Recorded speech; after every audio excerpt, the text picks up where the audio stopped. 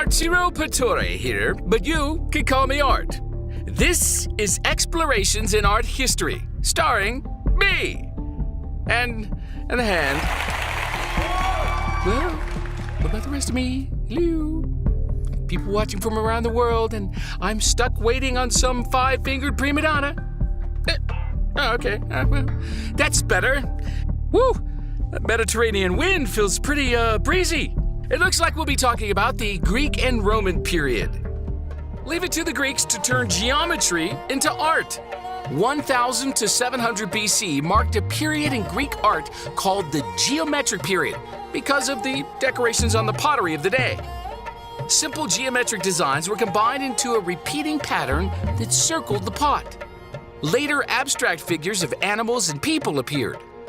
They used pots for storing wine and oil, for eating and drinking, as prizes at athletic games, and even as burial markers.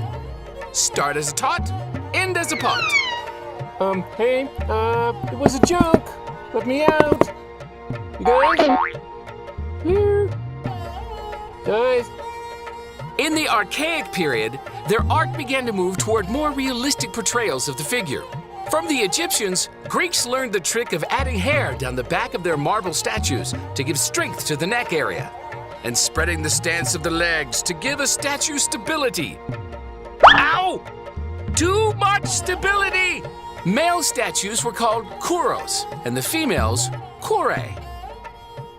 Greek pottery styles changed as well. They created the popular black figureware style, which showed black figures on red pots. And then they reversed the formula into another popular style called red figureware, showing red figures against a black background. Red figure or black? Which one makes me look thinner? Greece, however, wasn't one big happy country at the time.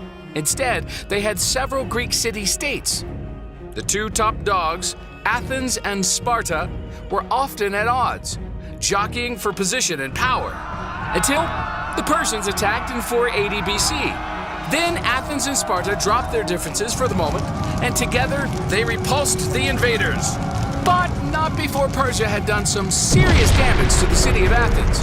It was time for the Athenians to rebuild. Surging with confidence after their triumph over the Persian Empire, the Greeks launched into a golden age called the Classical period. Pericles, the leader of Athens, ordered the rebuilding of the temples on the Acropolis, where the famous sculptor Phidias decorated the Parthenon, a temple dedicated to Athena, the founding goddess of Athens. Classic sculptures became more realistic and at the same time, idealistic. Sculptors like Polykleitos searched for the mathematically perfect proportions of human beauty. Poses became more natural by using principles like contrapposto, a pose that gave an elegant balance to the figure by shifting the angles of the shoulders to the pelvis. Using the ratio of the size of the head to the body, Greek artists discovered that the average male or female has a proportional height of 6.5 to 7 heads. By increasing the size of the body to the head, they discovered a more visually appealing proportion. Even today, comic book artists use these idealized proportions to draw superheroes. Art will smash! Yeah! In 336 BC, Alexander the Great took power and spread the Greek Empire from Egypt to the borders of India. His death ended the Classical period. In the Hellenistic period, Greek sculptors still popped out amazingly lifelike sculptures, but now they added more emotion and action, like poor Laocoon and his two sons being strangled by two giant snakes sent by the gods as punishment. The sculptor Praxiteles broke the long Greek tradition of portraying male subjects in the nude and the females clothed with his Aphrodite of Knidos, which became the first nude woman. More Roman copies were made of this Greek sculpture than any other.